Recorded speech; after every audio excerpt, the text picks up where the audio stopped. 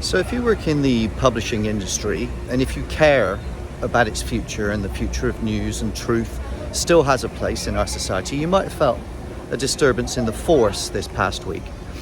A company that I've been friends with for a long time that works very closely with the news industry called Wiseline invited me to take my Scotch and Watch podcast on stage. It was an opportunity to take the rage on stage in Broadway, and the opportunity to sit down and talk to the news leaders that represent 4/5 of all Americans who get their news. People were represented in that room. It was very small, it was in a distillery, it was very private, it was very invite only, it was off the radar. But what happened in there was energy, the beginnings of a fight back, some momentum. People starting to talk in open voices, in open rooms about building a future in the post-Google era where truth actually has currency. Can you imagine? And so there was real anger, there was real motivation, camaraderie from people who would typically be competitors, but now see themselves coming together to make real action happen. Now, that was thrilling for me because there's a general disbelief in the industry, and has been for 2 decades, that anything can happen against big tech. There's a sense of Stockholm syndrome, that we can't win, but that's not true. It was never true. Now, 2 presidents, 3 judges, the DOJ have proven in court that an illegal monopoly has held the news industry back, not the failings of the news industry itself. It's actually had bad things done to it. It hasn't done a bad job. It's had bad things done to it. It's the victim. And after a while, you eventually figure out that you want to step out from underneath that shadow and do something about it. That's what I saw in that room, okay? And we spoke angrily about the things that we're going to do.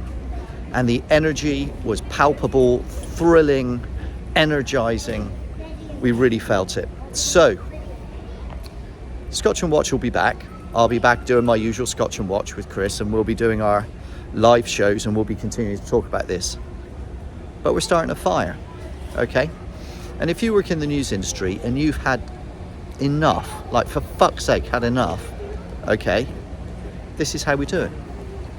So I'm going to try and take Scotch on Watch on tour all over the world. I'm going to try and get brilliant people in the room to talk about this. I was joined on stage in New York just a couple of days ago by Stephanie Laser, who's a heroine of mine. She gave evidence in the AdTech antitrust trial. She got up right there in front of Google's lawyers and said, "You held me to ransom with third-rate technology, and when I complained about it and I asked for access to the data to optimize my campaigns, you complained and said I was emotional."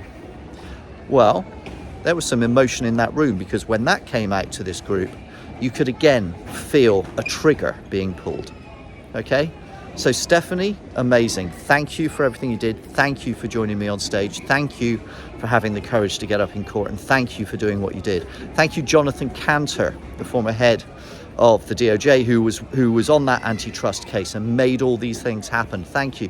Thank you to the 3 judges for finding guilty 3 times, once, twice, 3 times a monopoly. Thank you for the judges now taking Meta apart in another antitrust trial. And now we've won the war. Now we have to win the peace. That's our job. This is a rallying call. Let's get up. Let's do what we do. And let's fucking go.